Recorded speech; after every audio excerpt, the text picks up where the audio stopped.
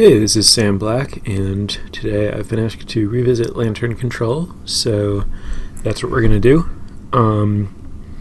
This is pretty similar to where I last left off with a list that I suggested to Matt Sperling for the last Modern Grand Prix. This is kind of similar to where I used to be, but with Glint Nest Crane over Pyroclasm and Crucible of Worlds in the main deck. And most recently, I took a page out of Owen Turtenwald's book, and I'm trying Duress over Thoughtseize. I'm certainly worried about not being able to take creatures, but the life loss on Thoughtseize is a big deal, especially in the spots where you've stabilized, but you're at a really low life total, and it's a huge problem if you draw a Thoughtseize. Over the course of the game, you have to really aggressively control the top of your own library to avoid drawing them or something.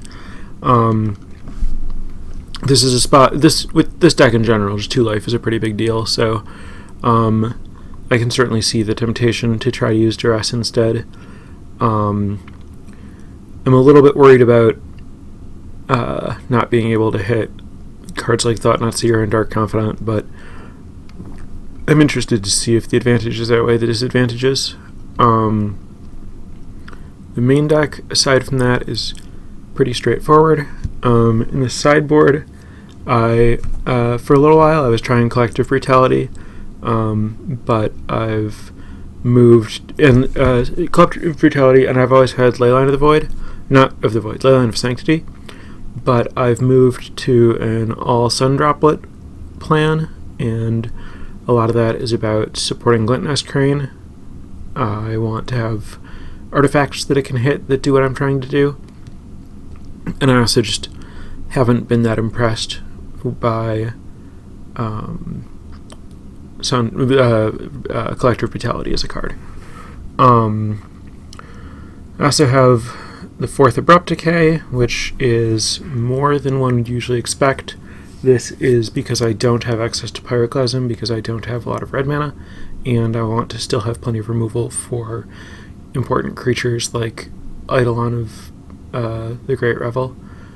And so I have Abrupt Decay filling that additional removal slot that would otherwise be occupied by Pyroclasm. I've also trimmed a Surgical Extraction to go down from 4 to make room for a second Grafdigger's Cage in the sideboard, alongside a Tormod's Crypt.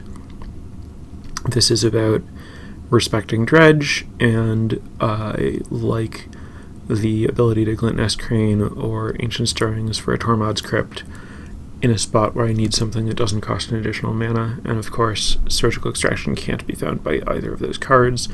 So you kind of get a lot more value out of having a colorless card and an artifact that you want in these super high impact sideboard spaces, rather than a colored card that you have to just draw. However, I do still really like Surgical Extraction, so I still have plenty of them around, just not the maximum number. So all the basic game plans are still the same, just a couple of numbers getting tweaked, and I'm still trying out this Glint Nest Crane that I wouldn't say I'm totally certain about, but I've been pretty happy with so far. So looking at getting more ups with that, looking at trying out the Duress, still experimenting with the Tormod's Crypt, seeing if that plays well, and generally seeing if not having access to Pyroclasm is too high a cost to be able to play the Cranes and to just play a mana base that's tilted a little bit differently. So those are the major things that I'm going to be looking at today. Also, I suppose Crucible of Worlds is still a pretty recent addition, so getting more information on how that plays is certainly also still pertinent, but I have in general been very happy with the combination between Crucible of Worlds and Inventor's Fair for giving this deck a mid-game high-impact play. I say mid-game because the end game is kind of where you've already done what you need to do. This is about closing the game out faster. This is right when you've when you hit enough mana that you can do this, so you've traded off your early resources, you've built up something of a board, and you bought a moment, and then you take that moment and you get Crucible Adventurer's Fair going, and it locks your opponent out immediately and moves you directly from that mid game where you have 2 turns to set up to an end game where you're closing things out immediately. This is a similar role to Tezzeret, Agent of Bolas, that some people play, but it costs less mana. You can find it with Crane, you can find it with Inventor's Fair, you can find it with Ancient Stirrings. So it just gives you a lot more access to that one bullet to close out a game.